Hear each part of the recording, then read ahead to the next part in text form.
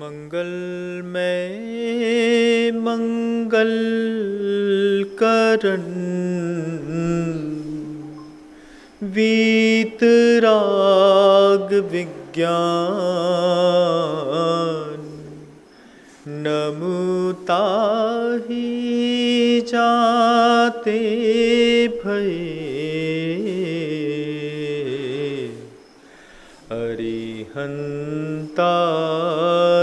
महान जो विद्यादि सागर सुधी जो विद्यादि सागर सुधी गुरु है हितैषी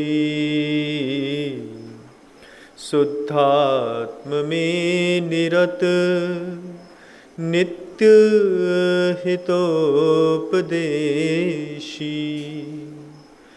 वे पाप ग्रीष्म ऋतु में जल है सयाने पूजूं उन्हें सतत केवल ज्ञान पाने पूजूं उन्हें सतत केवल ज्ञान पाने। अहिंसा परमो धर्म की परम पूज्य आचार्य भगवंत गुरुदेव श्री विद्यासागर जी मुनि महाराज की समस्त मुनि संघ की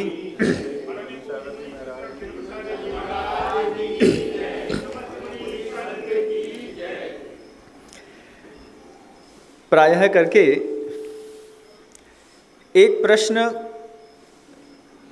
प्रत्येक मानस पर बार बार उभरता है और लोग मुनि महाराज से आकर के उस प्रश्न को पूछते भी हैं, जायज़ है पूछना।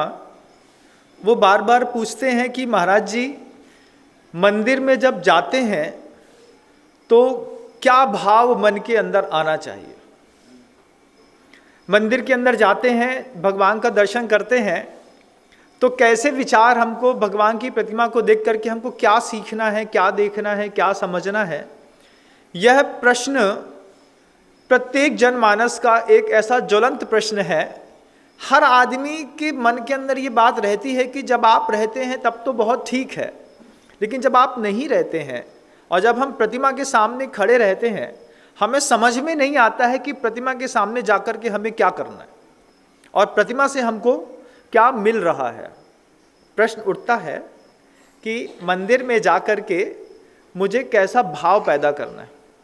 इसका यही प्रश्न जब पूज्य गुरुवर के सामने किसी ने रखा तो गुरुदेव जो बात कहते हैं कि वो कहते हैं कि मंदिर के अंदर जाकर के आप जिनबिंब के सामने खड़े हो गए, अब मंदिर में भगवान के सामने खड़े होकर के आप हाथ जोड़ कर के खड़े होकर के अगर स्वयं में ये संबोधन अपने आप को दें, स्वयं से कहना है कि भगवान जो दुख आपको दुख नहीं लगा मुझे ऐसी शक्ति दो कि वो दुख मुझे भी दुख न लगे।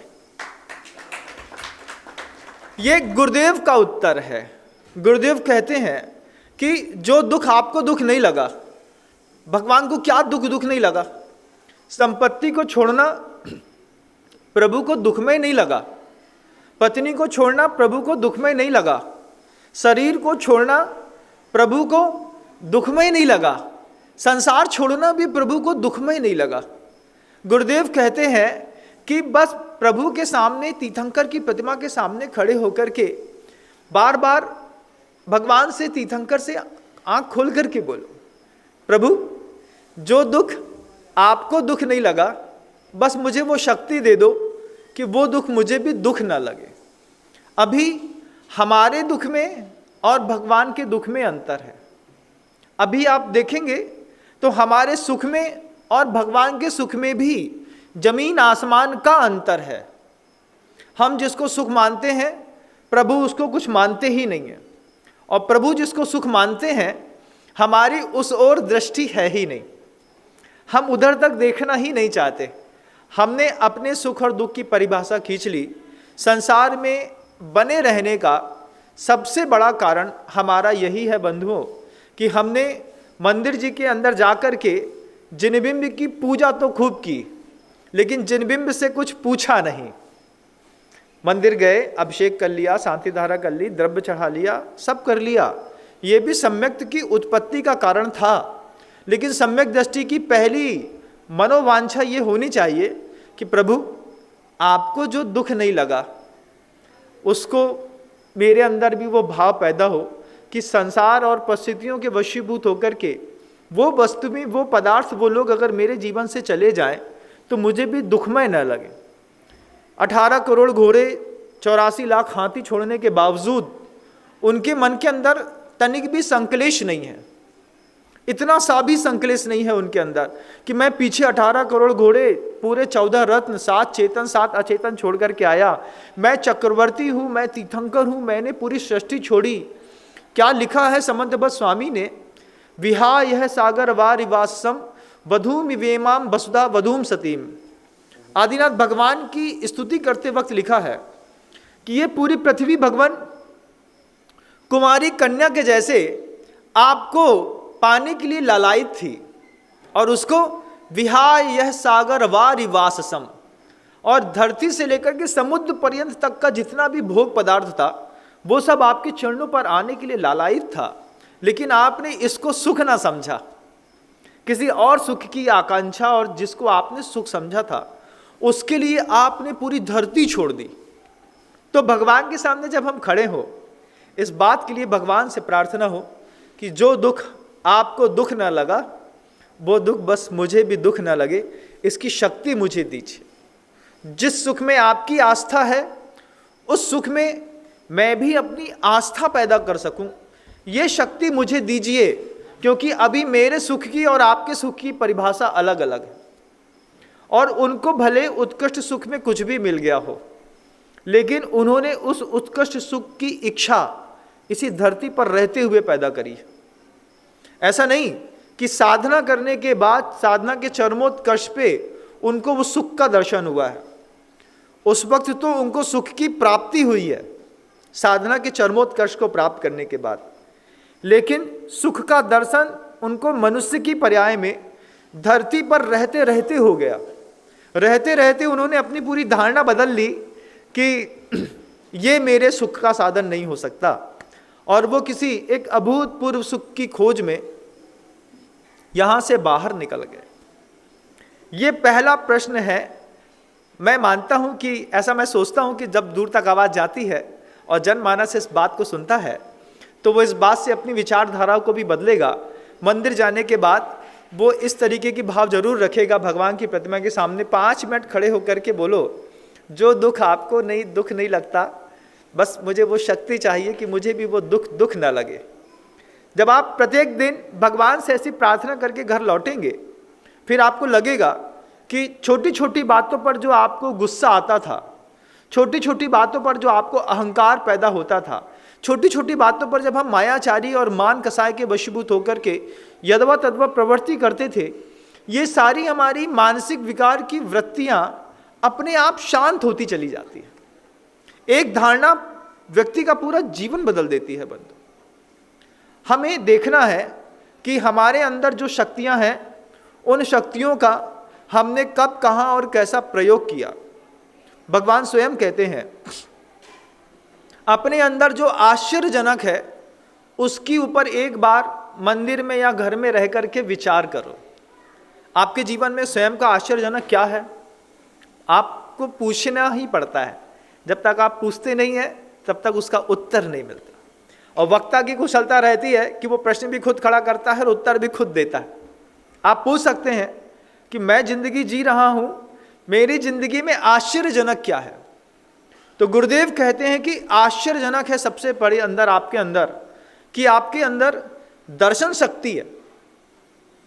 ये दर्शन शक्ति क्या है महाराज? देखने की शक्ति सबको नहीं मिलती। बहुत सारे संसार में ऐसे भी जीव हैं जो बचपन में जैसे पैदा हुए और उसी समय बता दिया कि इसकी आंख में चश्मे का नंबर जो है बाय बर्थ 9 नंबर का है। बच्चा छोटा सा पैदा हुआ है लेकिन वो स्पष्ट देख नहीं पा रहा। जैसा वो बड़ा होता है वैसे वैसे वैसे उसके चश्मे का नंबर 9 से 10, 11, 12, 13 से लेकर के 24 तक चला जाता है। 24 नंबर में क्या दिखाई देता होगा आप सोचिए, माइनस या प्लस कुछ भी लगाइए आप, और उसमें आप अपने आप को देखिए कि प्रभु की इतनी कृपा थी कि बचपन से लेकर के 50, 75, 80 साल तक की उम्र हो गई और प्रभु की कृपा से हमारे इस शरीर में दर्शन शक्ति बनी हुई है। हम आज भी किसी भी वस्तु को स्पष्ट देख लेते हैं, लेकिन स्पष्ट देखने के बावजूद स्पष्ट समझ नहीं पाते। देख लिया, दर्शन शक्ति का कमाल था कि भगवान महावीर स्वामी का समूह शरण लग गया। समूह शरण में 12 सभाएं लग गई। सभाओं में केवल ज्ञानी से लेकर के अवधि ज्ञान से लेकर के अच्छे अत्यधिक तपस्वी, साधक, भूत, व्यंतर, सिंह सब बैठ गए अपने अपने कोठे पर। दर्शन शक्ति का प्रभाव देख करके भगवान जब ऊपर, सबसे ऊपर अशोक वृक्ष के नीचे बैठे हैं और लोग उनको देख करके अभिभूत हैं, देख करके खूब आनंद आ रहा है, मन के अंदर बहुत शांति मिल रही है, लेकिन मुक्ति नहीं मिल रही। दर्शन शक्ति का अपना कमाल है कि वो आपको देखते साथ ही शांत कर देती है। जैसे आप अपने घर से निकलते हैं पूछ गुरुदेव के दर्शन करने के लिए, ये दर्शन शक्ति ही है। आँख के अंदर अगर दर्शन शक्ति ना होती तो क्या कभी आपके मन के अंदर भाव होता कि हमें गुरुदेव के पास जाना है? आंखों से दिखाई ही नहीं देते। लेकिन दर्शन शक्ति की इच्छा लेकर के जब आप गुरुदेव के पास तक जाते हैं और बात भले ना हो, दूर सिंहासन में बैठे हुए गुरुदेव दिखाई भी दे जाएं, तो वहीं से आप जब उदक, चंदन, तंदुल, पुष्पकई करते हुए गुरुदेव के चरणों में अर्घ चढ़ाते हैं और जो देखने का सुख मिलता है वो दुनिया का सबसे अद्वितीय सुख होता है। दुनिया में लोग गुरुदेव के प्रवचन सुनने नहीं जाते बंधुओं, क्योंकि गुरुदेव के प्रवचन सबको समझ में नहीं आते। इस दर्शन शक्ति का सबसे बड़ा प्रभाव है कि आप अपने घर से बाहर निकलते हैं मात्र गुरुदेव के दर्शन करने के लिए, और अगर आंख न मिली होती तो समूह शरण में बैठ गए, दर्शन से आप भगवान को देख तो रहे हैं, लेकिन सिर्फ दर्शन से मुक्ति नहीं मिलती बंधु। दूसरी एक और बहुत बड़ी शक्ति चाहिए मन के अंदर, श्रवण शक्ति चाहिए। समूह शरण लगा हुआ है, समूह शरण में आपकी आंखें स्वस्थ हैं, आपका शरीर स्वस्थ है, भगवान को आप देख रहे हैं, लेकिन मोक्ष का मार्ग आपको समझ में नहीं आ रहा। देखने मात्र से काम नहीं चलता, देशना सुनने के लिए श्रवण शक्ति चाहिए, कान में भी शक्ति होती है। कृपा से आपको मिल गई, कान में मशीन नहीं लगी, प्रॉपर चला, गूंगे, लंगड़े, बहरे पैदा नहीं हुए, बाय बर्थ पैदा हुए होते और बहुत अच्छा शरीर भी होता तो क्या मुनि बन जाते? दर्शन शक्ति नहीं होती, आंख से दिखाई नहीं दे रहा, महाराज विजन कमजोर है, 15 नंबर का चश्मा है किसी ब्रह्मचारी का, तो गुरुदेव क्या सोचेंगे, क्या इसको दीक्षा दे दूं? पहले बोलते हैं नेत्र ज्योति ठीक कर लो, श्रवण शक्ति ठीक कर लो। महाराज आंख से दिखाई देता है, अच्छे से मेरा अंतराय इत्यादि का शोधन हो जाएगा, लेकिन मुझे कान से कम सुनाई देता है, क्या मैं दीक्षा ले लूं? नहीं मिलेगी। जितनी दर्शन शक्ति की जीवन में आवश्यकता है उतनी ही आवश्यकता आपको श्रवण शक्ति की भी है। बिना सुने कभी भी किसी का मोक्ष मार्ग सफल नहीं हुआ। सम्यक दर्शन की उत्पत्ति का वह जो कारण है वो भी धर्म पठन नहीं लिखा बंधुओं। आचार्य लिख देते सम्यक दर्शन की उत्पत्ति होती है स्वाध्याय करने से या धर्म को पढ़ने से, बिल्कुल नहीं। आचार्यों ने लिखा सम्यक दर्शन की उत्पत्ति होती है धर्म के श्रवण करने से। गुरु बोलेंगे, आप सुनेंगे, और सुनने से आपके मन के अंदर, आत्मा के अंदर सम्यक के परिणाम पैदा होंगे। पढ़ने से हो ये कोई जरूरी नहीं है, लेकिन सुनने से तो जरूर ही आपके अंदर सम्यक की प्राप्ति होगी। ये कारण हेतु जो है पूर्वाचार्यों ने स्वयं ग्रंथ में लिखा। वे इतने समझदार थे, एक शब्द और लिख देते, श्रवण पठन वा। पठन वा शब्द ना लिख करके उन्होंने मात्र एक लिखा, सिर्फ ही लिखा, भी नहीं लिखा, लिखा कि सिर्फ सुनने मात्र से सम्यक दर्शन की प्राप्ति हो। 6 कारण है अलग अलग, उसमें एक धर्म श्रवण भी कारण है बंधु। दूसरी एक और शक्ति है जिसको अपन समझ रहे हैं, श्रवण शक्ति। भगवान का समूह लगा हुआ है और लगे हुए श्रवण समूह में भगवान बैठे हैं, उनकी वो सूर्य की कांति से भी अत्यधिक ऊष्मा और प्रताप वाली वो देह भी दिख रही है। हमारे मन के अंदर निर्मलता भी पैदा हो रही है, लेकिन निर्मलता की उत्कृष्ट दशा कैसे प्राप्त हो, जब तक जिनेंद्र भगवान देशना नहीं देंगे हमको समझ में कैसे आएगी। देशना का प्रभाव, श्रवण शक्ति आपको आपके कान में मिल गई, ये बहुत बड़ी बात है। उपकार मानिएगा कि हमको हमारे पुण्य कर्म के उपार्जन के फलस्वरूप दर्शन शक्ति भी मिली, श्रवण शक्ति भी मिली। तीसरी एक और शक्ति है जिसको गुरुदेव कहते हैं कि जिसके बिना दीक्षा, मुनि पद और मोक्ष असंभव है। गुरुदेव कहते हैं तीसरी आपके जीवन में समझ शक्ति भी होना चाहिए। दर्शन शक्ति है, आचार्य जी को देख रहे हैं, श्रवण शक्ति है, आचार्य जी को सुन रहे हैं, लेकिन समझ शक्ति नहीं हो तो देशना में क्या बोला जा रहा है ये आपको समझ में नहीं आता। फिर आप क्या करते हैं, अपनी श्रद्धा को हाथ जोड़ते हैं, आचार्य जी का प्रवचन 1 घंटा बैठा रहा महाराज श्री, इतना क्या करें, ऐसे बोलते हैं, हाँ मेरे ऐसे कर्म का उदय है, गुरुदेव बोलते हैं और हमें नींद आ जाती है। और फिर जैसे ही गुरुदेव का देशना खत्म हुई, वैसे ही आप फिर चैतन्य में जैसे घंटी बजा के आपको किसी ने उठा दिया हो, उठो प्रवचन खत्म हो गए। क्यों? क्योंकि समझ शक्ति काम नहीं करती, तो फिर निद्रा शक्ति काम करती है। बैठे बैठे झूमता है, उन्होंने कहा अहिंसा परमो धर्म की जय और तुमने कहा निद्रा देवी की जय। तुम बैठे, उन्होंने बताया कि भगवान ने देशना में ये कहा है और तुम अपने 6वें 7वें गुणस्थान का प्रभाव दिखाने लगे। कैसा? बिल्कुल झूम रहे हैं। महाराज प्रवचन में नींद कंट्रोल ही नहीं होती।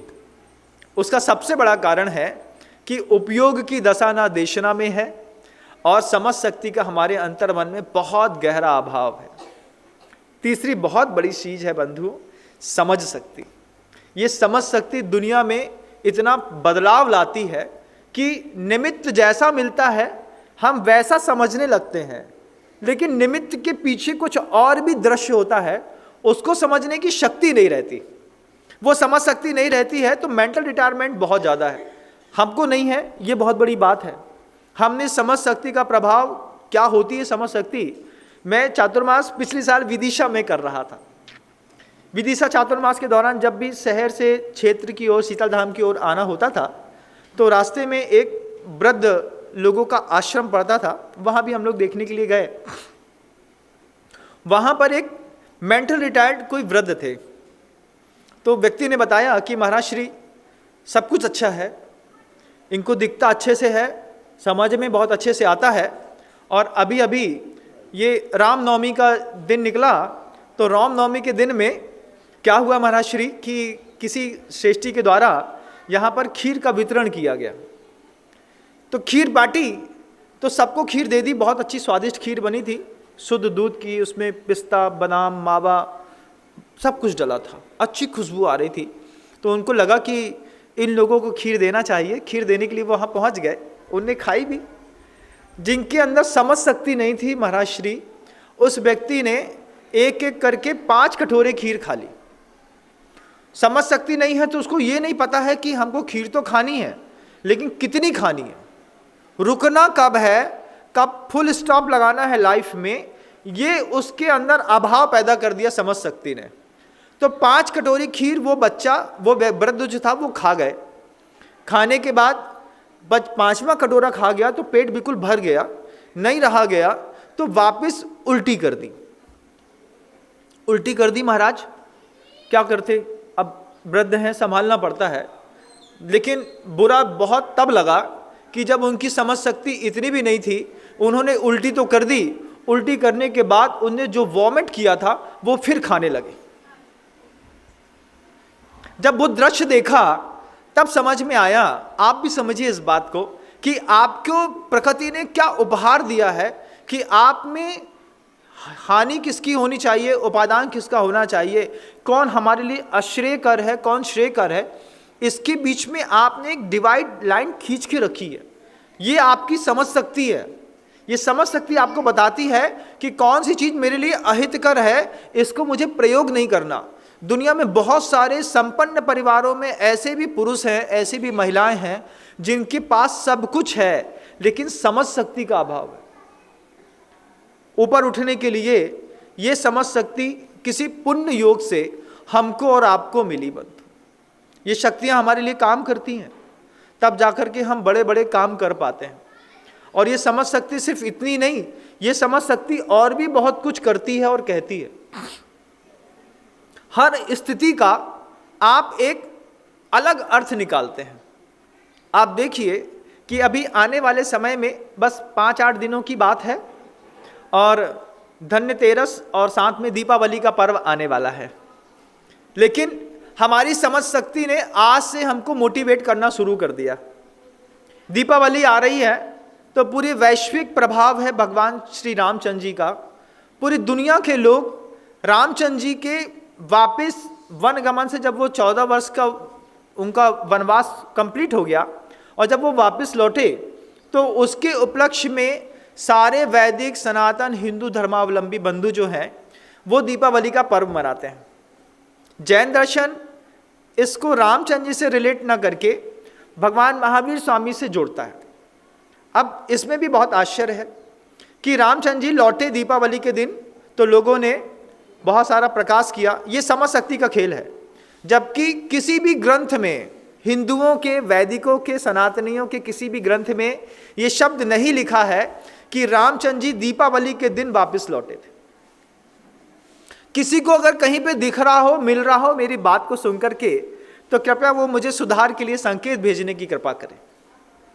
वाल्मीकि रामायण साफ साफ कहती है कि रामचंद्र जी बैसाख मास में अयोध्या वापस आ गए थे। बैसाख, जेठ बैसाख समझते हैं, मई जून का महीना होता है बंधुओं। जून के महीने में और नवंबर के महीने में कितना अंतर है? 5-6 महीने और इसके बीच में निकल जाते हैं। और पूरी दुनिया के लोग, अगर आप वाल्मीकि रामायण को, जो दुनिया की सबसे पुरानी रामायण है, 24,000 श्लोक प्रमाण उपलब्ध है, उसमें कहा जा रहा है कि बैसाख मास में रामचंद्र जी घर आ गए। लेकिन हमारी समझ शक्ति मानने तैयार नहीं। हमारी समझ शक्ति क्या करती है? रामचंद्र जी तो दीपावली के दिन ही वापस आए थे और हम दीपावली इसलिए मनाएंगे। ग्रंथ साफ साफ कह रहा है बैसाख मास में रामचंद्र जी अयोध्या आ गए, लेकिन हम मानने तैयार, हम मानेंगे ही नहीं। हमको मानना ही नहीं है, क्योंकि अगर हम मान लेंगे तो दीपावली फिर हमको क्यों मनानी है, इसका अर्थ हमको कुछ नया खोजना पड़ेगा। और जब आप नया अर्थ खोजेंगे तब आपको पता चलेगा कि जिसको दुनिया धनतेरस के रूप में मनाती है, जैन दर्शन उसको धन्यतेरस के रूप में मनाता है। वो धन्यतेरस क्या है कि प्रभु ने निरंतर देशना देने के पश्चात धन्यतेरस के दिन योग निरोध की प्रक्रिया अपना ली। मन, वचन और काय तीनों की प्रवृत्ति को उन्होंने रोक दिया और विपुलाचल पर्वत पर जाकर के स्थिर, पावापुरी में जाकर के वो स्थिर हो गए। उन्होंने योग निरोध की प्रक्रिया धन्यतेरस के दिन अपनाई। लोगों ने उसमें एक शब्द बदल दिया और धन्यतेरस को उन्होंने धनतेरस कर दिया। धनतेरस किया और अपना अर्थ निकाला। रामचंद्र जी के लिए अगर मान लीजिए पूरी दुनिया के लोग दीपावली मनाते हैं, तो क्या रामचंद्र जी की पूजा दीपावली के दिन करते हैं? पूजा किसकी होती है? लक्ष्मी जी की। खरीदा क्या जाता है? चांदी, सोना, बही खाता, दुनिया भर की चीजें। हम पूछ सकते हैं, पूछना चाहते हैं, किसने सिखाया है आपको कि दीपावली के दिन लक्ष्मी जी की पूजा करना? आप मुंह से बोल रहे हैं। रामचंद्र जी की वापस लौटने के उसमें उत्साह पर्व के रूप में हमने ये पर्व मनाया और पूजा दिन भर लक्ष्मी जी की कर रहे हैं। धनतेरस के दिन धन्यतेरस थी कि योग निरोध का दिन था, लेकिन आपने योग निरोध का न बना करके दुनिया भर की संपदाएं इकट्ठी करने का एक ऐसा लोगों ने प्रकल्प बना दिया और उस प्रकल्प में हम फंस भी गए। हमने अपनी समझ शक्ति का बिल्कुल भी प्रयोग नहीं किया। दीपावली के दिन राम का नाम लेकर के पूरा काम तमाम करने में आप लोग लगे रहते हैं। लक्ष्मी जी की पूजा करी दीपावली में और क्या किया? अब लक्ष्मी कैसे आएगी? तो राम का नाम इतना बदनाम किया है लोगों ने, भगवान महावीर का नाम भी इतना बदनाम कर दिया आज के इस पंचम काल के रहने वाले सुधी श्रावकों ने, कि दीपावली के दिन लक्ष्मी की तो पूजा करते हैं और रात भर जुआ खेलते हैं। आप देखिएगा जुआरी लोगों के, अभी जनरल स्टोर्स में जाइएगा तो आजकल में जो पैकेट उतर रहे हैं उसमें सबसे ज़्यादा पैकेट ताश की गड्डियों के उतरने वाले हैं। क्यों भैया? 8 दिन है, बाजार गर्म करो, माहौल बनाओ। किस बात के लिए? बिल्कुल फ्रेश फिनिश्ड कार्ड्स रहते हैं, हाथ में छूते साथ ही बिल्कुल सट से फिसलते हैं इधर से उधर। लोग क्या करेंगे? अब बस लक्ष्मी दिन दीपावली आ गई है, अब दीपावली में क्या करना है? लक्ष्मी जी की पहले पूजा करेंगे, फिर रात भर पत्ते खेलेंगे। भगवान महावीर स्वामी को या प्रभु श्री राम को क्या तुम्हारा जुआ खेलना पसंद है? क्या सोचते होंगे भगवान महावीर स्वामी? ऊपर पहुंच करके ऊपर से देखते होंगे उनके कैवल्य में जब वो झलकता होगा कि ये मेरे अनुनायी, मेरे वंशज, जो मेरे तीर्थ शासन काल में रहने वाले लोग, जिस दिन मैंने निर्वाण की प्राप्ति की थी उस दिन ये लक्ष्मी की पूजा करने के साथ साथ जुआ खेल करके अपनी जिंदगी बर्बाद करने में लगे। सबसे ज्यादा शराब बिकती है, देखिएगा आप, कभी जीवन में कभी भी शराब की दुकानों में लाइटिंग दिखाई नहीं देगी। दीपावली के इस दिनों में स्पेशल ऑफर निकलता है, उस स्पेशल ऑफर्स में चले गए। अब क्या बढ़ गया? बोले 10% ऑफ में चल रहा है। हमको भगवान श्री राम का प्रकाश पर्व मनाना है, हमको भगवान महावीर स्वामी का निर्वाण कल्याणक मनाना है। ये तपस्या के दिन थे और हमने इसको किस तरीके कृत्य को करके बर्बाद कर दिया।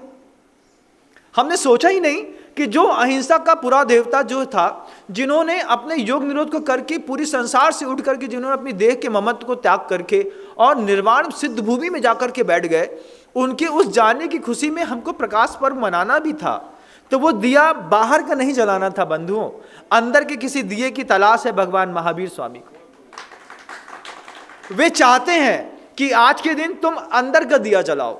वे चाहते हैं कि तुमने बाहर जो ये चाइना से आने वाली झालरों से अपने पूरे घर पाट करके रख दिए हैं, दिया बांट दिया है, दिया लगा दिया है, आपने बहुत ज़्यादा लाइट डेकोरेशन कर दिया है, इससे भगवान महावीर स्वामी की आत्मा थोड़ी भी खुश होने वाली नहीं है, दुख भी होने वाली नहीं है, क्योंकि दुख और सुख से वो ऊपर उठे हैं।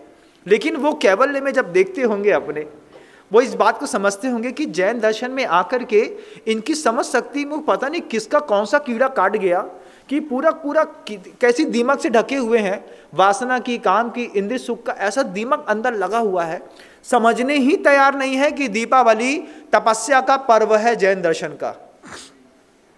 भगवान महावीर स्वामी को निर्वाण हो गया था, तो उस निर्वाण की भूमिका हम कैसे बनाएं कि अपने मन की, वचन की और काया की प्रवृत्ति को रोक करके उनको जो 64 रिद्धियां प्राप्त हुई थी, मंदिर में सामूहिक रूप से जाकर के उन 64 रिद्धियों के स्तोत्र पाठ करें, मंत्र का पाठ करें, तत्संबंधी जाप करें, उसका ध्यान करें, संकल्प करें कि हम मन से, जैसे भगवान ने योग निरोध कर दिया था, आज दीपावली के दिन मैं किसी भी व्यक्ति को अपने वचनों के माध्यम से दुख नहीं दूंगा।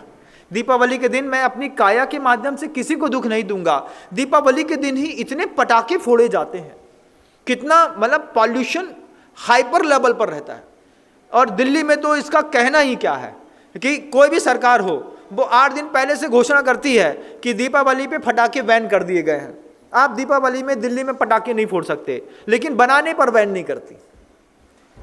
चाहे तो वो बनाने में बैन कर दे, बनाने में बैन नहीं है, फोड़ने पे बैन है। अब वो क्या, पूरा पॉल्यूशन, आप पूरा गुड़गांव चले जाइए, आप हरियाणा चले जाइए, वहाँ की पूरी पराली जलाई जा रही है दीपावली का बहाना ले करके, वहाँ की पूरे पटाखे फोड़े जा रहे हैं।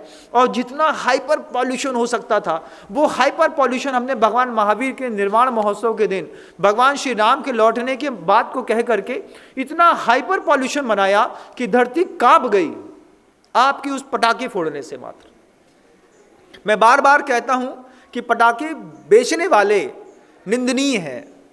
मैं इस बार कहता हूं कि पटाखे फोड़ने वाले उनसे ज़्यादा निंदनीय हैं। इससे ज़्यादा निंदनीय इसलिए हैं कि बेचने वाले तो ताकतवर लोग हैं, वो उनके पास तो इतना बाहुबल है कि वो करोड़ रुपए का पटाखा आज आपके लिए परचेज करके लाके रख चुके हैं 1 महीने पहले से। अब तो उनका सीजन चल रहा है, 2 रुपये का पटाखा 12 में और 12 का सीधे 20 में बिकने वाला है। वो छोटा सा एक पटाखा जो आप फोड़ते हैं, जो चाइना मेड आता है बंधु, और उसमें आप देखिए कि इतना सा पटाखा है, वो फूटता है तो इतना मैक्सिमम डेसिबल 400 डेसिबल तक का साउंड इंप्रूव करता है। और जब वो 400 डेसिबल का साउंड इंप्रूव करता है तो घर के अंदर वो वृद्ध जो हार्ट पेशेंट है, रात में सो रहा है और नीचे किसी ने मजाक में एक पटाखा फोड़ा और उनको हार्ट स्ट्रोक लगा और एक पटाखे के कारण जो है किसी वृद्ध की जान चली गई। भगवान महावीर के इस पावन पुनीत दीपावली के पर्व में कितने लोगों को अपने जीवन दे करके आपकी दीपावली की कीमत चुकानी पड़ेगी। एक बार सोचिएगा, जब रात में पटाखे फोड़े जाते हैं, दिन में पटाखे फोड़े जाते हैं, जिन पशु पक्षियों को, गाय बैल भैंसों को, जिनको अंदाजा भी नहीं है कि पटाखे का साउंड कैसा होता है, और वो आपके इस पटाखे के साउंड को सुन करके विचलित हो जाते हैं। कोई कुएं में कूद जाती है, कोई बाड़ी क्रॉस कर लेती है, कोई आगे में चली जाती है। कितनी हिंसा होती है तुम्हारे एक पटाखा फोड़ने से, आपने कभी कल्पना ही नहीं करी इस बात को। क्यों? क्योंकि तुम्हारी समझ शक्ति ऐसी है कि तुमको जो समझा दिया गया है टीवी एड्स के माध्यम से, आप उसके ऊपर जाकर के उसको इंप्लीमेंट करने में लगे। गुरुदेव से एक बार किसी ने बहुत अच्छी बात पूछी, मुझे भी संस्मरण गुरुदेव के तो इतने मेरे दिमाग में रखे रहते हैं, मुझे इतना अच्छा लगता है कि गुरुदेव आपकी सन्निधि में रह करके आपने मुझे बहुत कुछ दिया। गुरुदेव से एक बार किसी संपन्न व्यक्ति ने पूछा, आचार्य श्री जी मुझे बताइए कि सबसे पहले पंचम काल का जो श्रावक है वो कौन मोक्ष जाएगा, सबसे पहले मोक्ष कौन जाएगा? ये प्रश्न गुरुदेव के सामने खड़ा किया। जो मंदिर बनाता है वो मोक्ष जाएगा, जो करोड़ों रुपए के दान देते हैं वो मोक्ष जाएंगे सबसे पहले, जो लोग चौका लगाते हैं वो सबसे पहले मोक्ष जाएंगे, कि जो लोग मुनि बन करके पिछी कमंडल लेकर के साधना करते हैं वो मोक्ष जाएंगे, जो आचार्य हैं वो मोक्ष जाएंगे, कि दुनिया में जिन लोगों ने इतने सारे वैभव को समृद्ध करने के लिए सब काम करने में लगे हैं वो मोक्ष जाएंगे, आर्काएं मोक्ष जाएंगी। सबसे पहले मोक्ष कौन जाएगा? क्वेश्चन खड़ा होता है। कई बार लगता है कि सामान्य से साधु हैं, चुपचाप बैठे हैं धरती पे, पूरी भीड़ जाती है आचार्य श्री जी के पास, गुरुदेव के पास जा रही है, बैठी है, तो उनमें बहुत सारे दानवीर लोग भी जाते हैं, उनका भी एक क्वेश्चन खड़ा होता है, सबसे पहले मोक्ष कौन जाएगा? मेरे दान देने से क्या मुझे मुक्ति मिल जाएगी? गुरुदेव ने उससे पूछा तो गुरुदेव क्या बात कहते हैं? गुरुदेव कहते हैं कि जो इंपॉर्टेंट को इंप्लीमेंट करने की ताकत रखता होगा एट प्रेजेंट टाइम पे, वो सबसे पहले मोक्ष जाएगा। इंपॉर्टेंट को इंप्लीमेंट कौन करता है? औचित्य गुण का शब्द लिया, बोले जिसके पास औचित्य गुण होगा सबसे पहले मुक्ति का रास्ता उसके लिए खुलेगा। जब आप मंदिर में आए तो सबसे पहले इंपॉर्टेंट क्या है उसको इंप्लीमेंट करिए। जब आप अपने ऑफिस सेक्टर पे जाएं तो सबसे पहले इंपॉर्टेंट क्या है आप उसको इंप्लीमेंट करिए। जब आप तीर्थ क्षेत्रों में जाएं तो सबसे पहले इंपॉर्टेंट क्या है आप उसका इंप्लीमेंट करिए। ये समझ शक्ति का खेल है बंधुओं। जिसके पास औचित्य गुण नहीं है, चौके में जाना है तो सबसे पहला इंपॉर्टेंट क्या है, मंदिर में आना है तो इंपॉर्टेंट क्या है, तीर्थ क्षेत्रों में जाना है तो इंपॉर्टेंट क्या है, और घर से निकलना है क्षेत्रों में आने के लिए तो आप सारी चीजें रखते हैं, लेकिन आप कैश रखना भूल जाते हैं, वो भी इंपॉर्टेंट है।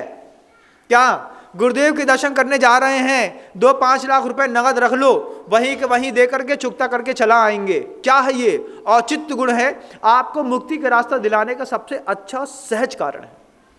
अब वहां क्या करते हैं हम, मंदिर उसके लिए निकलते तो हैं लेकिन बोलते भैया एक रसीद काट दो और हमारे नाम से भेज देना। अगर बहुत अच्छे समझदार होते तो घर से जब अपनी पूरी एसेसरीज भर रहे थे साथ में एक झोला भी भर लिया होता, किसी काम का नहीं है, फालतू है। 50,000 रुपये बचे हैं, 60,000 बचे हैं, 12,000 बचा है, 10,000 बचा है, निकाल के रख लो, मंदिर लेके चलते हैं, इतना पैसा नगद रसीद कटाएंगे और चले आएंगे। क्यों? इंपॉर्टेंट को इंप्लीमेंट करना, ये समझ शक्ति का खेल है, सबको नहीं मिलती। अरे हो गया महाराज जी बोलेंगे तो फिर दे देंगे, फिर कर देंगे, फिर हो जाएगा। इंपॉर्टेंट क्या है आपके लिए आप देखिएगा। शुरुआत मैंने करी थी कि आप जिसको दुख समझते हैं उसको मैं भी दुख समझ सकूं, बस इतनी शक्ति मुझे चाहिए। तो जिसको आप दान समझते हैं उसको मैं भी दान कर सकूं, इतनी भी मुझे शक्ति चाहिए भगवान। ये समझ शक्ति नहीं होने के कारण हम कितने परेशान हुए इस संसार में, और ये समझ शक्ति नहीं होने के कारण आज पूरी दुनिया जो दीपावली का पर्व मनाने जा रही है, हिंदू सनातन वैदिक संप्रदाय के लोग राम के लौटने पर मना रहे हैं, जब खुद वाल्मीकि रामायण में ऋषि वाल्मीकि देव कह रहे हैं कि वैशाख मास में रामचंद्र जी वापिस आ गए। अब दीपावली किस बात को लेकर के मनानी? अब दीपावली में सिर्फ एक मजा है, अच्छी लक्ष्मी जी की रात को पूजा करो, अच्छी गांजा दारू भांग पियो, अच्छा जुआ खेलो पूरी रात, और ये समझो कि अपनी धनतेरस और दीपावली तो एक नंबर हुई। और इस दिन समझदार लोगों की मति भी ऐसी मारी जाती है, वे दुकानें बंद करते हैं और उनको पता है कि हमारा लड़का हमारे ही दुकान के नीचे बैठ करके घोड़ी खेल रहा है, जुआ खेल रहा है, और हम उसके लिए अनुमोदना कर दे। अरे भैया आज मत टोको बे, आज सब लगे होंगे, मजाक ले लिया। तपस्या का दिन था, योग निरोध का दिन था, मन वचन काय की प्रवृत्ति को एकत्रित करके 64 सिद्धियों का आप मंदिर जी के अंदर आकर के ध्यान करते। दीपावली में वो कैवल्य ज्ञान प्राप्त हुआ, उस कैवल्य ज्ञान की पूजा करते, वो भी संध्या होने से पहले दोपहर में घर के अंदर कर ली जाती है। ये नहीं कि शाम का मुहूर्त है, ये गोधूली बेला में सूर्यास्त होने से पहले पहले ही जहाँ पर गौतम गणधर को मतलब केवल ज्ञान की प्राप्ति हो गई थी, उस केवल ज्ञान का दिया शाम होने से पहले ही जला दिया जाता है। लेकिन हम इतना ज़्यादा सांप्रदायिक माहौल में रहते हैं कि रात में 8:30 बजे हमारे यहाँ उदक चंदन तंदुल पुष्पकाई की पूजा होती है। रात्रि पूजन का सर्वथा निषेध है बंधु। रात्रि में जैन दर्शनकार जो कहते हैं कि आपको रात्रि में अगर भगवान की पूजा करनी है तो वो नृत्य रूप में होगी या फिर कीर्तन के रूप में होगी। आप भगवान का शाम को पहुँच करके कीर्तन करिए, आप वहाँ पे आरती करिए, नृत्य करिए, ये देव सेवा मानी गई है। वहाँ पे द्रव्य की सेवा नहीं है। लेकिन समझ शक्ति को जैसे किसी ने कोई पैरालाइज कर दिया हो, इतने सारे ऐड आने लगे हैं। ठंडी का दिन आ रहा है और ठंडी के दिन में आएगा एसी पे 20% की छूट। हमारी समझ शक्ति काम करती है, ठंडी के दिनों में एसी का काम नहीं है और हमने यहाँ पर 20% की छूट वाले ऑफर को जाकर के बम्पर ऑफर लेकर के फ्रिज ले आए, टीवी ले आए, कूलर ले आए। इसके लिए दीपावली नहीं है भाई, दीपावली तो किसी और बात के लिए। धन्यतेरस चांदी सोना और बही खाता खरीदने बेचने के लिए नहीं है। धन्यतेरस इसलिए है कि भगवान ने आज योग निरोध कर दिया था, हम भी अपने योग निरोध को करके जी करके देखें। निकल तो जाओ, रामचंद्र जी 14 वर्ष के लिए वनवास निकल गए थे, तुम अज्ञातवास के लिए 14 दिन पहले घर से बाहर निकल जाओ और बोलो कि अब दीपावली के दिन लौट करके आऊंगा, तुम्हें बताऊंगा तक नहीं। उस दिन दीपावली मनाने का मजा आएगा जब पता चलेगा कि जेब में एक फूटी कौड़ी नहीं थी। रामचंद्र जी जब घर से निकले थे तो अयोध्या से निकलने पर क्या वो कैश लेके गए थे? नहीं गए थे ना। अनुभूति करके देखो कि बिना किसी सहारे के 14 दिन घर से बाहर गुजार के देखो, तब तुम्हें पता चलेगा। जिसको हम अपना महादेव कहते हैं, देवता कहते हैं, ब्रह्मा विष्णु महेश कहते हैं, त्रिलोकी अवतार कहते हैं, उन्होंने 14 साल बिना किसी धन के उपार्जन किए और कैसे अपना सीता का लक्ष्मण का निर्वाह किया होगा। ये चेतना को इस तरीके से झंकृत करने का दिन है, धन्यतेरस का हो या दीपावली का हो। लेकिन हमने जुआ खेलने का दिन बना लिया है। कई लोगों ने तो अभी से प्लान कर लिया है, फलाना रेस्टोरेंट, फलाना रिसोर्ट, फलानी नदी के किनारे, उनसे पहले बोल दिया भैया वही दाल बाटी बाफले का प्रोग्राम होगा और शाम को आ जाएंगे दीपावली मनाने के बहाने, फिर रात भर छक के चलेगा। और लोग बहुत अच्छे से उसका उपयोग करते हैं। जैन समाज के लोग भी जुआ खेलने में प्रसिद्ध होते चले जाते। बोले भैया आज तो दीपावली है, आज तो छूट है ना। काय की छूट है भाई? दीपावली के दिन गौतम गणधर का शाम के समय आप केवल ज्ञान कल्याण की पूजा करते, सुबह सुबह जो है भगवान महावीर स्वामी के निर्वाण कल्याण की पूजा करते अमावस के सुबह 14 की रात्रि निकलने के बाद, तो ये कोई मान्यता मानी जाती। लेकिन ये कुछ नहीं करना। क्यों? समझ शक्ति को में ऐसा किसी ने कुठाराघात किया है कि हम देखते भी हैं, सुनते भी हैं, लेकिन समझने के लिए मन राजी नहीं है। जिनका मन राजी है उनको हर जगह सर्वत्र हिंसा हिंसा और हिंसा दिखाई देती है। ये शराब का व्यवसाय, ये हम पटाखे का फोड़ना, पटाखे का बेचना। 8 दिन बचे हैं, अभी 8 दिन बचे हैं तो कई लोगों ने अभी इससे धारणा बना ली भैया घर के अंदर पैसे की कमी है और पटाखा का थोड़ा धंधा कर लो, खूब चलता है। माहौल गर्म है, बाजार पूरा गर्म सजने लगा है। गुरुदेव कहते हैं कि वो बचपन में एक कोई बात पढ़ी होगी, शायद आप लोगों ने भी पढ़ी होगी, कि शिकारी आएगा, जाल फैलाएगा, दाना डालेगा और जाल में नहीं फंसना चाहिए। ये कितनी बार कबूतरों को सिखाया, कितनी बार चिड़िया को सिखाया। शिकारी आएगा, जाल फैलाएगा, दाना डालेगा, लेकिन जाल में नहीं फंसना चाहिए। लेकिन जैसे दाना डाला, शिकारी आया, जाल फैलाया और जाल फैलाते साथ ही लोग दाने में फंस गए। अब ये 8 दिन का शिकारियों के जाल फैलाने का बाजार पूरे मार्केट में गर्म है। सोडियम लैंप लगने लगेंगे, बाहर स्टॉल लगने लगेंगे, ग्रीटिंग कार्ड्स लगने लगेंगे, मिठाई की दुकानें सजने लगेंगी। ये क्या है? ये जाल फैलाया जा रहा है। बम्पर ऑफर लिख दिया जाएगा टीवी फ्रिज कूलर की दुकानों के अंदर, जाल फैलाया जा रहा है। जाल फैलाया जा रहा है, टीवी खरीदना है, फ्रिज खरीदना है, धनतेरस का इतने सारे ऐड आएंगे। तनिष्क की ज्वेलरी में 20% की छूट है। सबसे मैक्सिमम ऐड जो आते हैं दीपावली के 15 दिन पहले से आते हैं। ये क्या है? जाल फैलाया जा रहा है। किस बात के लिए? तुम राम से भ्रमित होकर के इन सब चीजों में और काम में घुस जाओ। तुम महावीर से भ्रमित होकर के तुम इन चीजों में घुस जाओ, इसमें लगे रहो। और हम उसमें घुस भी जाते हैं। किसी को नहीं सूझी कि 64 रिद्धि के जो 64 मंत्र होते हैं सामूहिक विधान करना है।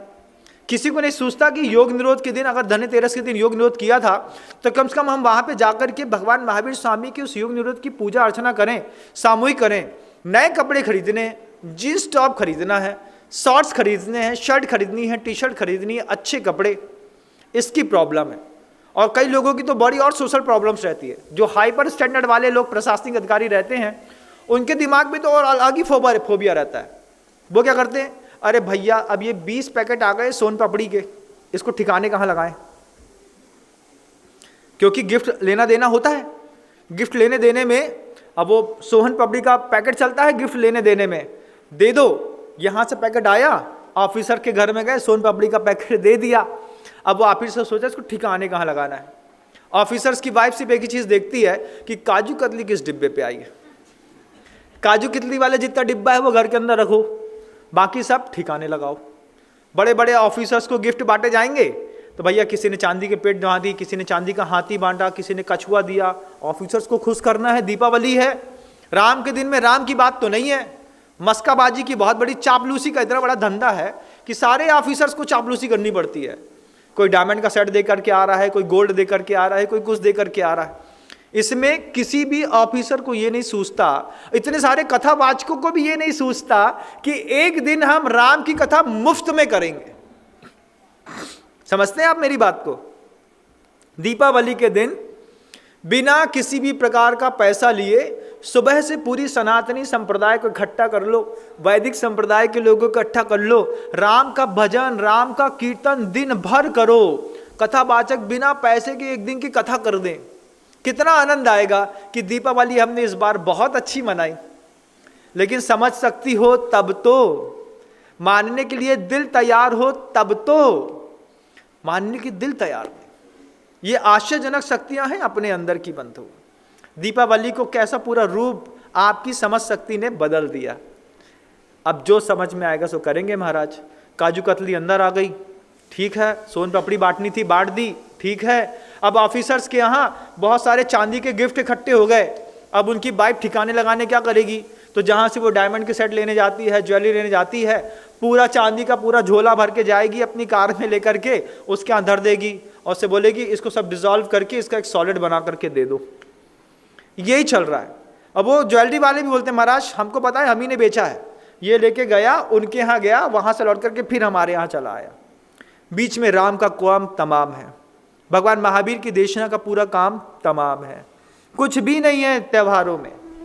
त्योहारों में जो तपस्या का पर्व था उसको अपन सबने मिलकर के भोग का पर्व मना दिया।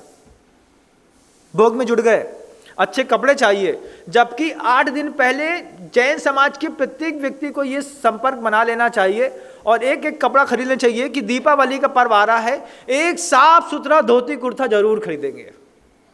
कुर्ता पजामा खरीदिए, एक साथ जाकर के सामूहिक रूप से बैठिए एक स्थान पर और साफ सुथरे स्वच्छ एक से सफेद कपड़े पहन करके हम जब भगवान के योग निरोध का वाचन करेंगे, जब निर्वाण कल्याणक को पढ़ेंगे, तब जाकर के भगवान महावीर की वह आत्मा भी ऊपर से देखती होगी कि देखो इनको देशना समझ में आ गई। और यहाँ पे बैठ करके मंदिर जी के अंदर रह करके, तीर्थ क्षेत्रों के अंदर रह करके सिर्फ श्वेत वस्त्रों के साथ 64 रिद्धि के मंत्रों का पाठ, उन्हीं का जाप, और दीपावली के दिन जो ये आपने शाम के दिन जो आपने केवल ज्ञान कल्याण की पूजा करी, उस समय से आपने 64 रिद्धि के मंत्रों का अखंड पाठ। कब तक? जब तक हम दूसरे दिन जो है अमावास के दिन भगवान महावीर के निर्वाण कल्याण की पूजा न कर लें, तब तक। फिर कितना आनंद है। लेकिन महाराज सिस्टम तो कुछ और ही कहता है। तो वही तो मैं कह रहा हूँ कि आप संसार में जो फंसे हैं, वो ये फंसने का कारण ही है कि आपके अंदर समझ शक्ति तो है, लेकिन उस अबोध बालक के जैसी है कि जो अपनी ही वमन की हुई चीज को खाने की ताकत फिर से पैदा कर रहा है। भगवान महावीर जिस बात को छोड़ गए, गुरुदेव की देशना में जिस चीज का त्याग बता दिया गया, उस चीज को हमने दीपावली के दिन मन से स्वीकार कर लिया। धनतेरस का दिन था योग निरोध का, और हमने उसको धनतेरस के रूप में बना करके पूरे बाजार सज रहे हैं बंधुओं। धीरे धीरे शिकारी आएगा, जाल फैलाएगा, दाना डालेगा, जाल में नहीं फंसना चाहिए। और इस दीपावली के चक्कर में कितना सारा घर का पैसा बर्बाद हो जाता है। ये दीपावली अगर आप राम के लिए मनाते हैं तो bis दुनिया भर के जितने बच्चे कॉर्पोरेट सेक्टर में काम कर रहे हैं, बेंगलोर में रहते हैं, दिल्ली में रहते हैं, नोएडा में रहते हैं, गुड़गांव में रहते हैं, पूना में रहते हैं, इनको दीपावली ढंग से मनानी चाहिए कि जैसे राम दशरथ के पास वापिस आ गए थे और दशरथ ने गले लगा करके अभिभूत कर दिया था, तो इन सारे बच्चों को ये चीज़ सीखना होगा कि दीपावली के दिन हम कम से कम अपने माता पिता के पास हर हाल में पहुंच जाए, तब भी दीपावली मनाने का वक्त सार्थक हो जाएगा। लेकिन बच्चा अमेरिका में रहता है महाराज जी, अब अमेरिका वाला तो कैसे दीपावली मनाएगा? वो तो ईट ड्रिंक एंड मैरी वाली स्टाइल में दीपावली मनाएगा। हैप्पी दीपावली डैड, हाँ बेटा बहुत अच्छे, ये चल रहा है, ये दीपावली है? ऐसी तो नहीं है, ना जैन दर्शन की है ना सनातन दर्शन की है बंधु। लेकिन हमारी समझ शक्ति में ऐसा पैरालाइज्ड हो गई है वो कि हमने जो समझ लिया बस उसको हम करते चले आए हैं। हम अंधानुकरण करने में इतने प्रवीण हो गए हैं कि कोई संत, कोई अरिहंत, कोई भगवंत भी देशना दे तो हम अब उनकी देशना के हिसाब से अपने जीवन को सुधारने के लिए तैयार नहीं हो पा रहे। इतना तेज बहाव है सृष्टि पर, जबकि इस दिन हमको साधना का दिन था, साधना करनी थी। इतना ध्वनि प्रदूषण होता है, इतना ज़्यादा वायु प्रदूषण होता है, इतना ज़्यादा मानसिक प्रदूषण होता है। वे जो घर के अंदर वृद्ध बैठे रहते हैं उनका कितना अवसाद होता होगा जब बार बार बम फूटने की आवाज़ आती है। लेकिन आप लोगों को तो एंजॉय करना है, बस हो गया। ये तो ठीक है, यही जब 8 दिन बाजार सज रहे हैं, इन्हीं 8 दिनों में सारे मेडिकल स्टोर्स और हॉस्पिटल भी सज रही हैं। क्यों? दीपावली आएगी, दीपावली आएगी तो पटाखा फूटेगा तो हाथ जलेगा, किसी की आंख फूटेगी, किसी का शरीर जलेगा, किसी का कुछ होगा। तो जितनी भी हॉस्पिटल में, बड़ी बड़ी हॉस्पिटल्स में बर्न यूनिट्स रहती हैं, इन बर्न यूनिट्स में 20-20 बेड एक्स्ट्रा तैयार किए जाते हैं इसी दीपावली के दिन। इसी दीपावली में सबसे ज़्यादा बरनाल भी बिकती है। इसी दीपावली के दिन जो है तैयार होने से पहले जो है पूरे हॉस्पिटल के लोग अपनी रिकवरी करते हैं, नर्स स्टाफ को बोल देते हैं कि भैया आप तैयार रहिएगा, कभी से भी इमरजेंसी आ सकती है, ड्राइवर को छूट नहीं मिलती है। क्यों? पता नहीं कहाँ से कॉल आ जाए, कहाँ से 2 का 2000 मिल रहा हो। तो आपकी एक दीपावली अगर सही तरीके से मनाई गई होती तो कितने लोगों को आराम मिल गया होता। इसी दीपावली के दिन पूरा पुलिस प्रशासन इतना मुस्तैदी से लगा रहता है कि कहीं भी किसी बात का दंगा ना हो जाए। बेबी छोटे छोटे लोग हैं, अपना घर चलाते हैं, लेकिन कभी वो अपने घर में किसी भी त्यौहार को नहीं मना सकते। खाकी वर्दी के साथ ये सबसे बड़ी विचित्र दशा है। होली हो, दीपावली हो, दशहरा हो, नव दुर्गा हो, पर्युषण हो, वो कभी भी उन्होंने कर्तव्य परमो धर्म की कसम क्या खा ली है, उनको एक भी कोई भी कार्यक्रम मनाने की अनुमति नहीं है। वो जिंदगी भर लगे रहते हैं। दहशत का माहौल दीपावली के दिन बन जाता है। पता नहीं कौन अंडा फेंक दे, कोई बम फेंक दे, कोई दंगा करा दे, कोई कुछ कर दे। वे बेचारे लगे हैं दीपावली के दिन चौराहे में खड़े हैं मेहनत करने के लिए मुस्तैदी से। दुनिया भर दीपावली मना रही है और उसके घर में अंधेरा जला हुआ है। अगर हम सही ढंग से समझ गए होते तो ये तकलीफ ना हुई होती। इसके ऊपर भी दुनिया में एक और शक्ति है बंधुओं, जो हमको आपको मिली है और हम उसका उपयोग भी करते हैं। पहली कौन सी शक्ति थी? दर्शन शक्ति। दूसरी श्रवण शक्ति। तीसरी समझ शक्ति। चौथी एक और शक्ति है जीवन में जिसको कहते हैं स्मरण शक्ति। इस स्मरण शक्ति के साथ भी इतना गोल मटोल घोलमाल कर दिया है कि दुनिया में कितनी सारी अच्छी चीज़ें हैं, लेकिन जो हमारे संबंध खराब करता है, जो बात हमारा स्वास्थ्य खराब करती है, जो बात हमको, हमारे मन को, धन को खराब करती है, हमारी स्मरण शक्ति पूरी की पूरी उन्हीं चीज़ों को याद करने में लगी रहती है। किसी व्यक्ति को देखा, देख करके याद है, इसने हमारे साथ 15 साल पहले ऐसा किया था। स्मरण शक्ति तो थी, लेकिन स्मरण शक्ति का प्रयोग कहाँ किया? कि अपना अहित करने में। उसको देखा, अपने अंदर उदासी का भाव ले आए। उसको देखा, अपने संबंध बिगाड़ लिए। उसको देखा, अपना धन खराब कर दिया। जबकि स्मरण शक्ति का प्रयोग गुरुदेव कहते हैं कि अगर तुमको कोई गज कुमार कहता, बोले गज कुमार, तो तुमको उनको जलती हुई सिगड़ी उनके चेहरे पे, सिर पे दिख जाए। ये स्मरण शक्ति का खेल है। जब कोई तुमसे कहे कि पावापुर तो तुमको आंख में दिखाई दे जाए कि वो दीपावली के दिन वहाँ पे छत्र झूलता है, वहाँ पे ऐसे चरण चिन्ह है। कोई कहे भगवान पार्श्वनाथ, तो तुमको दूर से दिखाई दे जाए सम्मेद शिखर जी की वो टोंक जिसमें भगवान पार्श्वनाथ के चरण चिन्ह बने हुए हैं। ये स्मरण शक्ति का खेल था। कि कोई तुमसे कहे गुणायतन, तो तुमको गुणायतन में बैठे हुए प्रमाण सागर जी महाराज पूरा गुणायतन दिखाई दे जाए। तुमको कोई कहे कुंडलपुर के बड़े बाबा, तो स्मरण शक्ति ले जाए बड़े बाबा के उस चित्र तक। कोई कहे दुनिया में आचार्य श्री, तो भी तुम्हारी स्मरण शक्ति बोलते हो आचार्य श्री मतलब विद्यासागर जी महाराज। जब ऐसी तुम्हारी कोई स्मरण शक्ति काम करे तब तो कुछ मजा है, तब तो कुछ आनंद है जीवन का। लेकिन हमारी स्मरण शक्ति जो है हमारे लिए कभी भी कार्यकारी सिद्ध नहीं होती। जब कोई कहे चंदन बाला, तो भगवान महावीर और चंदन माला बेड़ियों में जकड़ी दिख जाए, ये स्मरण शक्ति का कितना अच्छा प्रभाव था। वो ना पा करके हमने कुछ और कमाल किया। जैसे ही स्मरण शक्ति की बात आई, हमने अपने लिए अहित के जितने संसाधन थे एक साथ अपने मस्तिष्क पर ले आए। स्मरण शक्ति मतलब उसने हमको पिछली दीपावली में हमारे बब्बा मर गए थे, अब हम दीपावली नहीं मनाएंगे। किसी त्यौहार में घर में अंदर एक डेथ हो गई, अब वो त्यौहार मनाना ही बंद। वो दिख रहा है, उसके पीछे तुम्हारे पूर्वज उसी दिन निर्वाण को प्राप्त हो गए थे, वो दिखाई नहीं देता। उसी तरफ हमारी दृष्टि नहीं जाती, हम कहीं के कहीं लगे रहते हैं। अब ये स्मरण शक्ति काम कर रही है, आपकी समझ शक्ति काम कर रही है। इसके और ऊपर एक और शक्ति है बंधुओं, जो आपके जीवन में काम करती है, जिसको कहते हैं निर्णय शक्ति, डिसीजन पावर। हमेशा डाउटफुल है। डाउटफुल क्या है? करें कि नहीं करें, होगा कि नहीं होगा। आप कितने अच्छे देखते हैं, कितना अच्छा सुनते हैं, इतना अच्छा समझते हैं, इतना अच्छा आपने याद करना भी सीख लिया, लेकिन निर्णय लेने के मामले में हमेशा फेल।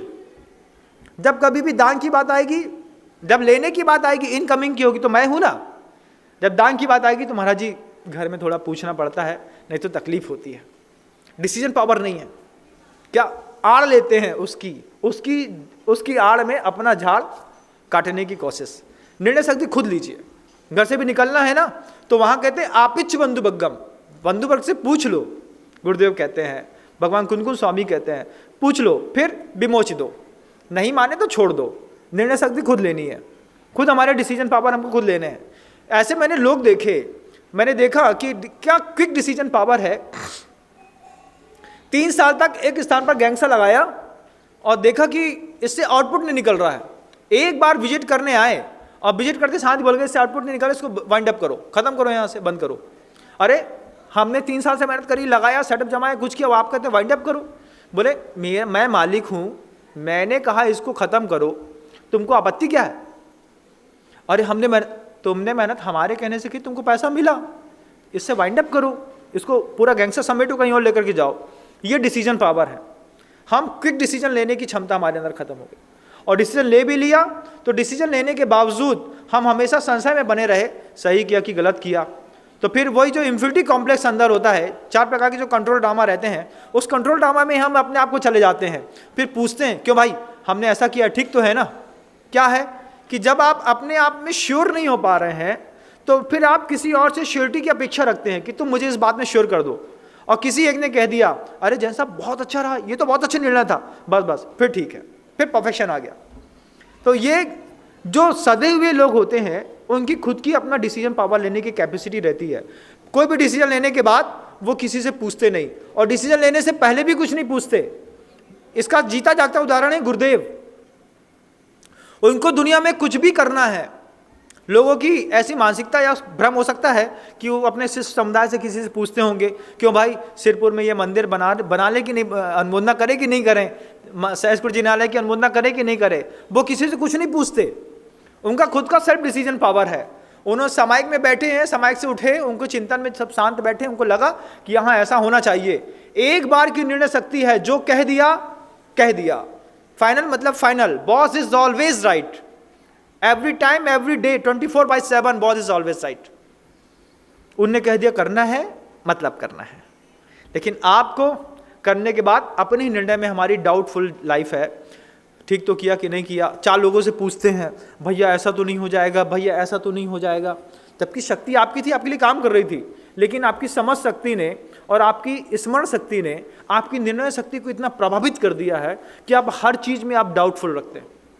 सामने परिस्थितियां कुछ होती हैं, आपको दिखाई और सुनाई कुछ और देती है, कुछ वातावरण कुछ और होता है, आप कुछ और समझ लेते हैं, शब्दों में व्याख्यान के माध्यम से कुछ और कहा जाता है और आप अपनी समझ शक्ति और स्मरण शक्ति के माध्यम से व्याख्यान का कुछ और ही अर्थ निकाल लेते हैं। अचानक से कुछ कहते हैं, आपको समझ में कुछ और आता है। ये 5 प्रकार की शक्तियां जो मैंने आपके बीच में रखी। आपका समय हो गया बंधु। इन 5 प्रकार की शक्तियों में देखिएगा कितनी आश्चर्यजनक है कि आपके जीवन को इतना इंप्रूव कर सकती हैं, लेकिन हम एक बहाव में बहे जा रहे हैं। और समझ शक्ति के उस वक्तव्य को आप एक बार दोबारा सुनने की कोशिश करिएगा कि इस समझ शक्ति के माध्यम से हम हर त्योहारों का सटीक और सही अर्थ निकालने की कला सीख लें और बदलाव लाएं जिंदगी में। बहुत बार हमने बम फोड़ करके इस दीपावली के दिन, जब कोई निर्वाण कल्याण को प्राप्त हो गए थे, ऐसे भगवंत की उपासना के दिन हमने कितने जीवों की विराधना कर दी है। इसमें हमको बदलाव की आवश्यकता है। हमको बदलाव की आवश्यकता है इस बात के लिए कि धनतेरस का जो दिन है वो कोई चांदी सोना खरीदने के लिए नहीं बनाया गया है। खाता बही बदलने के लिए, लक्ष्मी की पूजा करने के लिए, जुआ खेलने के लिए, शराब पीने के लिए, मिठाई बांटने के लिए, लोगों से मिलने के लिए, नए कपड़े के लिए दीपावली नहीं है, नहीं है, नहीं है। दीपावली तो आराधना के लिए है, तपस्या के लिए है, तप के लिए है, पूजन के लिए है, सामूहिक अखंड पाठ के लिए है, अपनी सद्भावनाओं को प्रेषित करने के लिए है। और सबसे बड़ी बात, दीपावली अपने जीवन में अपनी कमी खोजने के लिए है कि हम में ऐसी क्या कमी थी कि उनको निर्वाण हो गया और हम आज भी संसार में बैठे हुए। ये चिंतन का दिन है, ना कि किसी को चिता में चढ़ाने का। और हमने संकल्प ले लिया है कि चिंतन के दिन में हम बम फोड़ करके किसी को चिता में चढ़ा के रहेंगे। आपके कारण कोई गाय खराब होती है, पेड़ पर बैठे हुए बंदर जो रात में बैठे रहते हैं, उठते नहीं हैं, जाते नहीं हैं, कौवे नहीं उठते हैं, आप सोचिए तोता मैना नहीं उठते हैं, इनको दीपावली के दिन हार्ट अटैक आता है।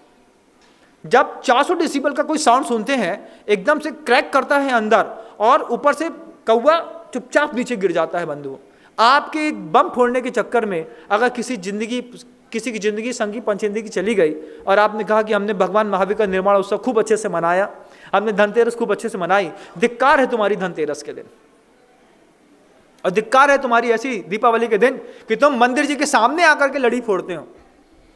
कई जगह ऐसा मैंने देखा है कि भगवान महावीर स्वामी का, तीर्थंकर आदिनाथ स्वामी का जो मंदिर है, उस मंदिर के सामने सुबह सुबह या शाम को निर्वाण लाडू चढ़ाने के बाद वे पटाखे की इतनी लंबी चौड़ी आतिशबाजी करते हैं, 20-20 हजार रुपए के पटाखे मंदिर जी के सामने चला करके फोड़ते हैं, गेट टुगेदर करते हैं, भैया ये लो।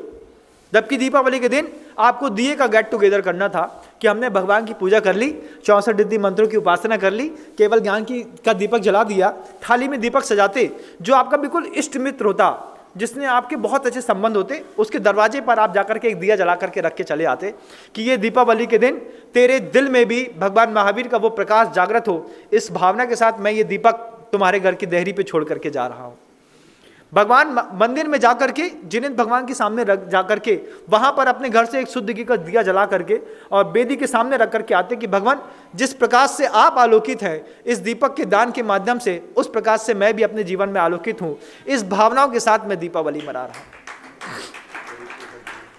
इस दीपावली इस भाव के साथ मनाई गई होती कि इस दीपावली के दिन एक दिया मैं अपनी देहरी पर खुद जलाना चाहता हूं कि हमारे घर के अंदर दर्शन शक्ति, समझ शक्ति, हमारे घर के अंदर स्मरण शक्ति का प्रकाश ऐसा पवित्र फैल रहा है कि हमारी निर्णय शक्ति में बिल्कुल पवित्रता आ चुकी है और हम लोग संपन्न और समृद्ध लोग हैं। इसलिए अपनी समृद्धि का एक दिया अपने घर में खुद देहरी में जलाया होता तो फिर जाकर के मजा आया था। एक दिया किसी गौशाला में रख करके आए होते हैं जानवरों के पास कि जो डर के मारे डर रहे थे और आपस में परेशान हो रहे थे, उनको अभयदान का एक दिया होता कि एक दिया तुम्हारे पास जला रहे हैं इस बात के लिए कि इस उजाले में हम तुमको और तुम हमको आराम से देख सकें कि मैं तुम्हारे ऊपर अनुकंपा करेंगे और तुम हमारे ऊपर अनुकंपा करना।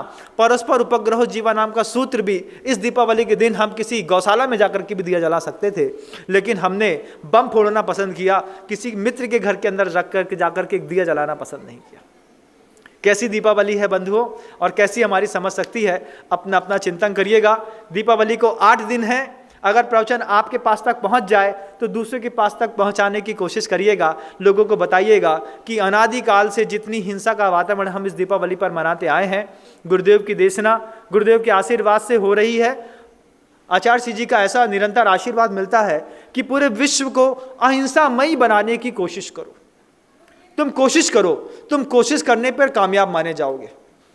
क्योंकि हर पिता चाहता है मार्कशीट में 100/100 आए, लेकिन गुरुदेव हमारे बार बार बोलते हैं तुम कितने नंबर ला रहे हो इस बात से मतलब नहीं है, तुमने हमारे शब्द और संकेत को लेकर के कितनी मेहनत की, मैं तुम्हारी मेहनत से खुश हूँ। तो ये मेहनत हमारी तो हो गई, लेकिन अब आपकी बारी है बंधु। अगर आपको लगे कि ये प्रवचन किसी के जीवन में उद्धार ला सकता है, इस प्रवचन के माध्यम से हम किसी जीव की रक्षा कर सकते हैं, दीपावली का एक नया अर्थ निकाल सकते हैं, लोगों को अलग तरीके से इंस्पायर कर सकते हैं। अगर आप सुन चुके हो तो दूसरे के सुनने के लिए फ़ोन लगा के प्रेरित करिएगा और 8 दिन के अंदर इसका ऐसा आउटपुट निकालिएगा कि जैन समाज के किसी भी परिवार में किसी भी प्रकार का कोई भी पटाखा, कोई भी बम ना खरीदा जाए और दिए का ऐसा वातावरण मैत्री भाव बनाया जाए, परस्पर उपग्रह नाम जीवा नाम का सूत्र सार्थक किया जाए। एक दिया अपने दोस्त के यहाँ, एक दिया अपने देव के यहाँ, एक दिया अपनी ही दहली पे और एक दिया गौशाला में जला करके हम इस दीपावली को सानंद मनाएं।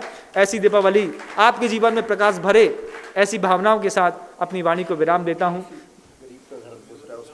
हाँ, महाराज जी का बहुत अच्छा कहना है कि अगर किसी गरीब के घर का दिया बुझ रहा हो तो उसके घर के अंदर भी एक दिया जलाने की कोशिश करिएगा।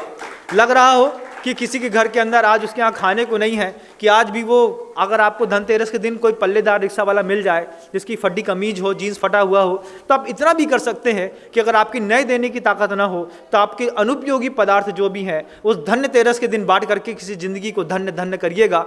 शरद पूर्णिमा आ गई बंधुओं, अब ठंड भी आने वाली है।